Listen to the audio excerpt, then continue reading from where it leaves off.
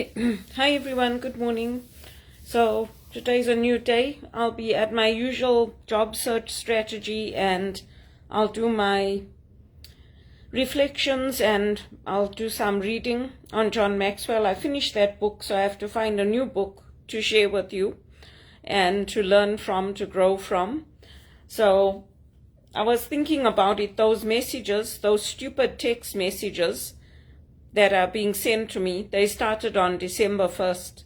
I went through my photos, I reviewed my diary that day. I didn't do anything special, so I have no idea who these people are that are sending me such filthy messages and telling me to convert and inviting me to orgies and all this kind of thing. It's disgusting.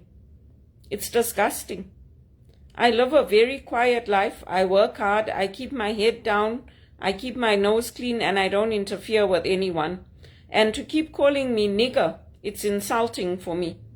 It's insulting because nigger is a term that was used in the slavery. Nigger is a derogatory term where I come from.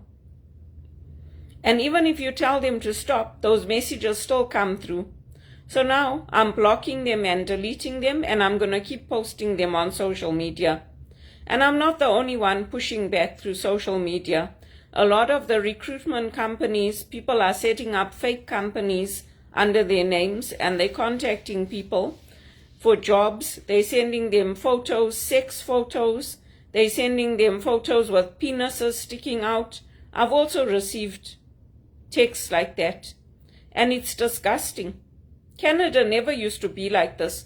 We've had text and emails and social media for donkey's years. It's not like it just got invented yesterday. So I don't know these people and I'm disgusted with them. I'm disgusted with their filthy minds and their filthy attitudes. That they can target somebody and that they can make assumptions that I'm on my own. That they can make assumptions that I go to sex parties and orgies. And they can make assumptions that anyone's attracted to a religion where they want to shove shit and cum and feces down your throat. I think it's a disgusting way to live. I don't know who lives like that, but it's disgusting. It's like they're Hamas.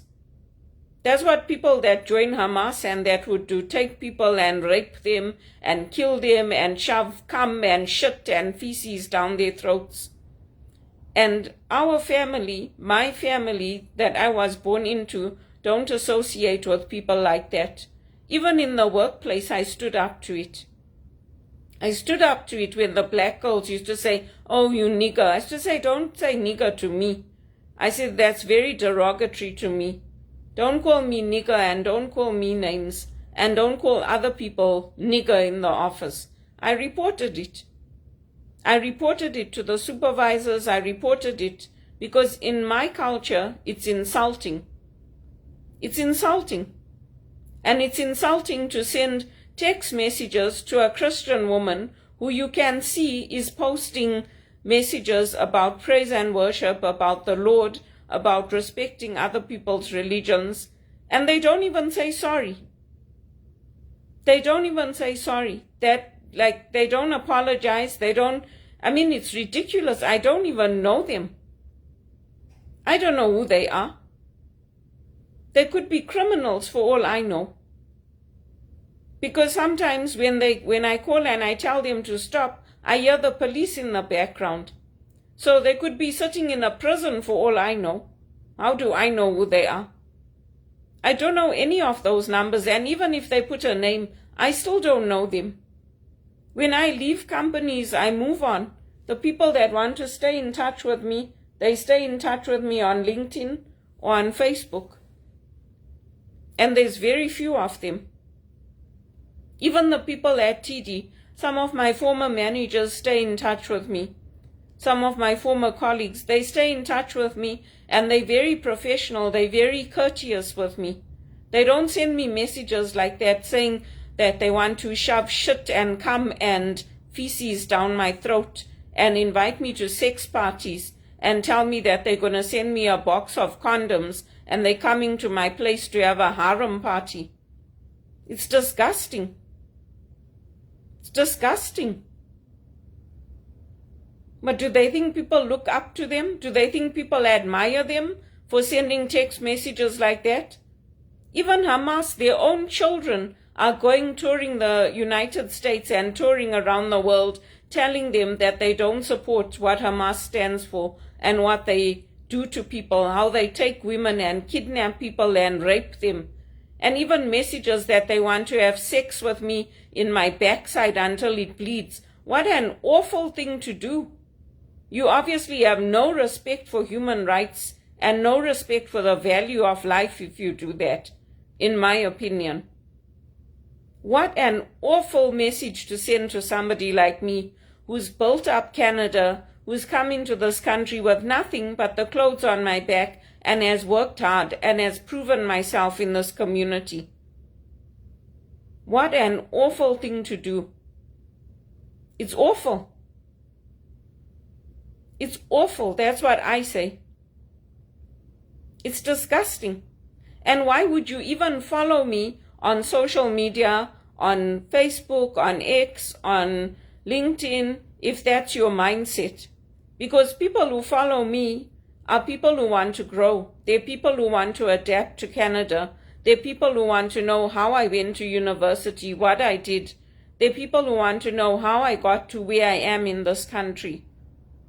They're not people who want to take me and have sex with me and hurt me and have sex with me till my bum bleeds and I can't sit down. They're not people who call me in the middle of the night. They're not. And my family don't do that to people. We don't. We don't go around calling each other's friends and calling people in the places we live in. My mother and sister and brother, they have their own friends. I don't even know who their friends are or their colleagues. And I don't even talk about them to anybody. If there's a prayer need, yes, I'll tell the church. Or if there's something that is impacting my life where I need help from the church, then I tell the church. I focus on my life and making my life better, not hurting other people, not destroying other people's lives and psyche and mindsets and telling them to choose evil and to choose harem parties and sex parties and orgies. All those things are in direct opposition to the Christian faith. All of them. Even having multiple relationships, having open marriages. Our church doesn't stand for those things. It could be anybody, who knows? There are people who used to be in prison who are in the John Maxwell group, who are in my church, who are in our workplaces. It could be anyone. How do I know who it is? I don't know them. I don't know any of the people that are sending me those text messages. I don't. And my mother and my sister and my brother are not going to come and start calling all my friends, start talking to people in this building without telling me. Why would they do that? Those are my colleagues. Those are my friends.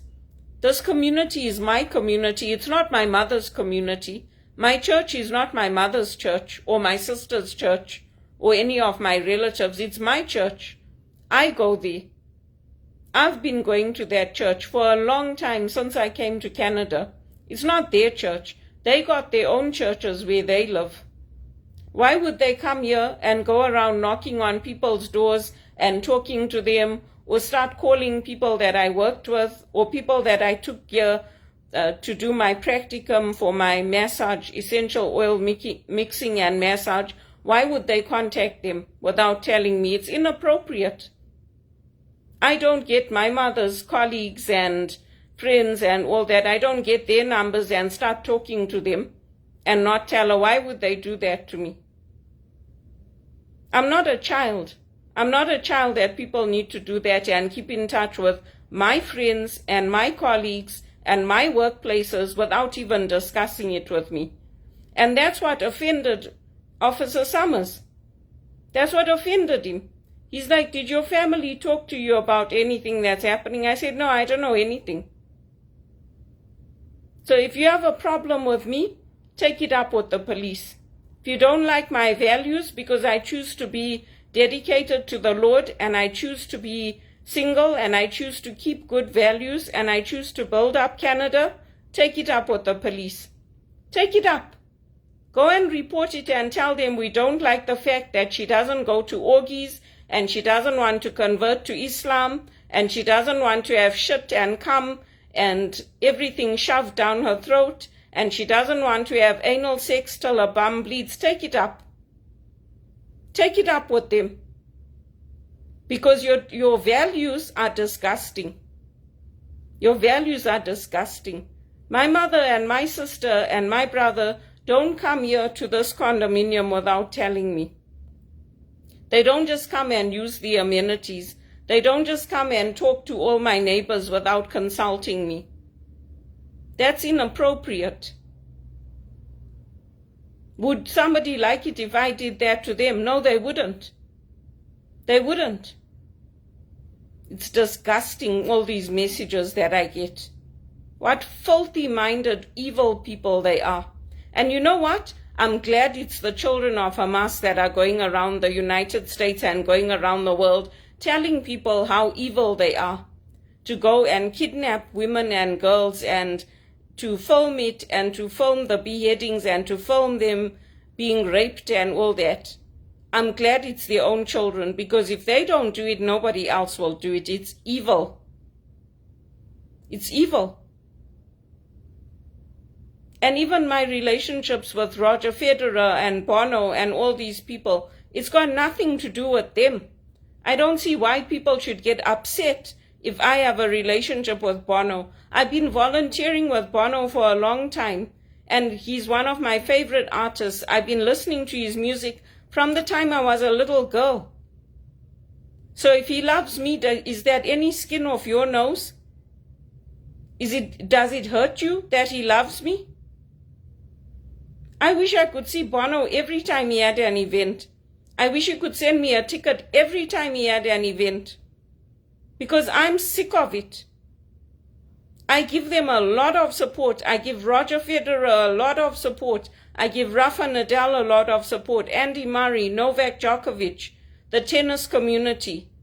I give them all a lot of support. All of them. And believe you me, I wasn't the only one that was upset that Najiba kept bringing it up on the calls that, oh, Bono loves her and making a joke out of it. It's not a joke. We all joined that one campaign, at least us here in Canada. We all started signing the petitions and everything, not just to make a difference because we love Africa or we were born there. We did it because of him, because the music was a part of our life. And I'm insulted that he took Ndidi to that Freedom Medal ceremony. I'm glad he replied to me and said he took responsibility. You know what? It's good. Because all of us were hurt by what they were doing. People might not have said it, but we were hurt that Najiba kept bringing it up that, oh, Bono loves her, and then asking me, oh, do you want me to send a letter to him? I said, no, I don't want you to send any letter to him. And then I stepped off.